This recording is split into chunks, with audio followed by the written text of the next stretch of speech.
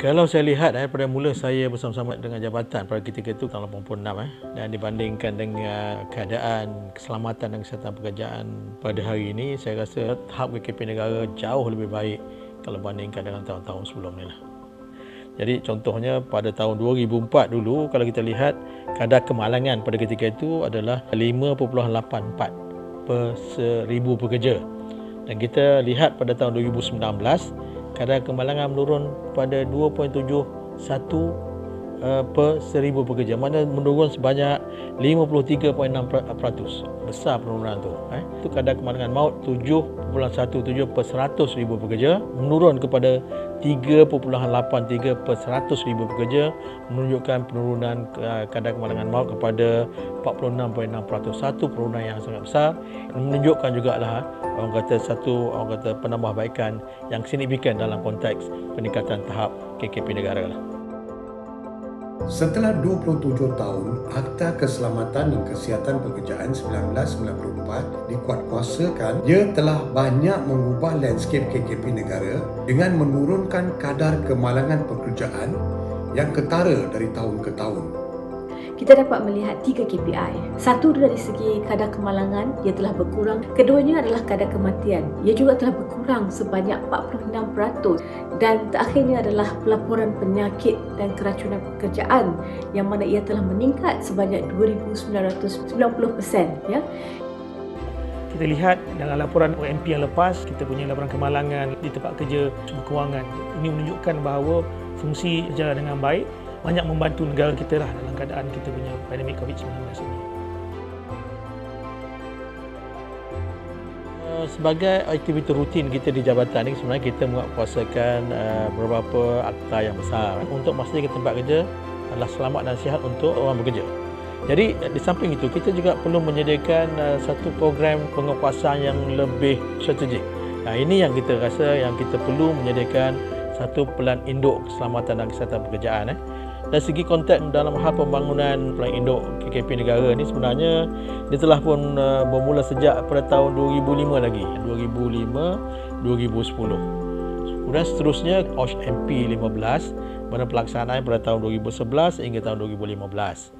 Kemudian pelan induk seterusnya yang kita panggil pelan induk OSH MP 2020, pelaksanaannya bermula pada 2016 sehinggalah 2020. Kita telah pun menyediakan dokumen yang terkini, juga merupakan satu lagi pelan induk KKP negara yang kita panggil pelan induk KKP 2025 ataupun ringkasnya OSH MP 25, yang tahun permulaan pelaksanaannya bermula pada tahun 2021 hinggalah insya-Allah ke tahun 2025.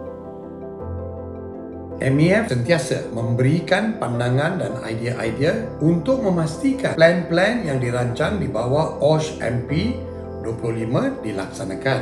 Banyak peluang bagi pengamal OSH untuk menghasilkan kesan yang lebih besar dan memaparkan nilai sebenar OSH kepada pertumbuhan dan produktiviti ekonomi kita. OSH MP yang baru ni dapat menguatkuasakan kita punya akta OSH kita supaya majikan-majikan kena comply. Jadi inilah sumbangan kita untuk menyokong kita inline lah bersama dalam kita punya OSH MP tersebut.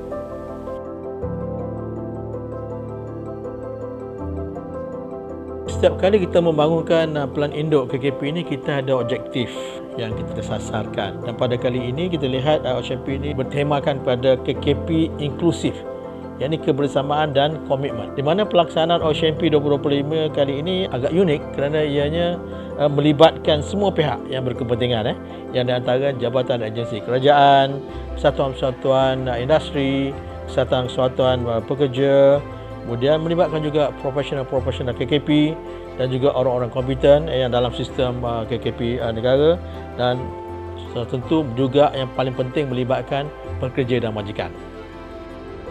Dalam keadaan untuk menjayakan kitanya OSH kita ni, dua-dua peranan kita perlukan. Sebab majikan perlu menyediakan fasilitis tempat kerja kondusif yang baik untuk pekerja. Dan bagi pekerja pula, perlulah mematuhi prosedur atau peraturan yang disediakan oleh majikan. Jadi maka itu, dua ni kena blend lah. Majikan dan pekerja kena bersama-sama untuk menjayakan orang kata kesihatan dan pekerjaan di tempat kerja itu. OSH MP 2025 seharusnya dapat menyatukan semua orang yang terlibat dalam OSH di Malaysia untuk melindungi nyawa pekerja kita, tidak kira apapun kewarganegaraan mereka. MEF mempunyai lebih dari 6,250 syarikat dan 28 persatuan sebagai ahli. Pihak MyForge yang mempunyai kekuatan ahli seramai 4,500 orang yang merangkumi 17 persatuan. Di bawah M2C kita represent lebih kurang 15 juta pekerja dalam negara kita. Kita memang ada wakil dalam JKPP. Sentiasa berganding bahu dengan JKKP dan agensi-agensi kerajaan yang lain untuk melaksanakan OSH MP 2020. Bagi pihak M2C, kita nak ucapkan tahniahlah pada DOSH kerana telah main peranan yang cukup baik. Dan DOSH juga banyak bagi kesedaran kepada bukan saja pada majikan, kepada pekerja-pekerja dalam negara kita. Saya berharap ahli-ahli MEF dan majikan-majikan sektor swasta dapat mematuhi kesemua peruntukan Akta 514 agar OSH MP 25 yang dilaksanakan dapat mencapai hasrat, juga diharap dapat meningkatkan produktiviti dan daya saing negara. 5 tahun akan datang, saya berharap Malaysia menjadi sebuah OSH hub yang ternama di rantau Asia ini, yang banyak-banyak negara lain membuat rujukan kepada kita. Dalam suasana kita berhadapan dengan pandemik COVID-19 ini, kita mempunyai kekangan dari segi gerakan dan sebagainya. Kita perlu melihat alternatif yang lain dalam konteks yang kita boleh laksanakan juga program aktiviti tersebut, tapi dalam kaedah norma baru dan sebagainya. Yang penting, kita perlu pastikan matlamat yang kita sasarkan dalam pembangunan induk KP ini dapat dicapai dengan jayanya. InsyaAllah.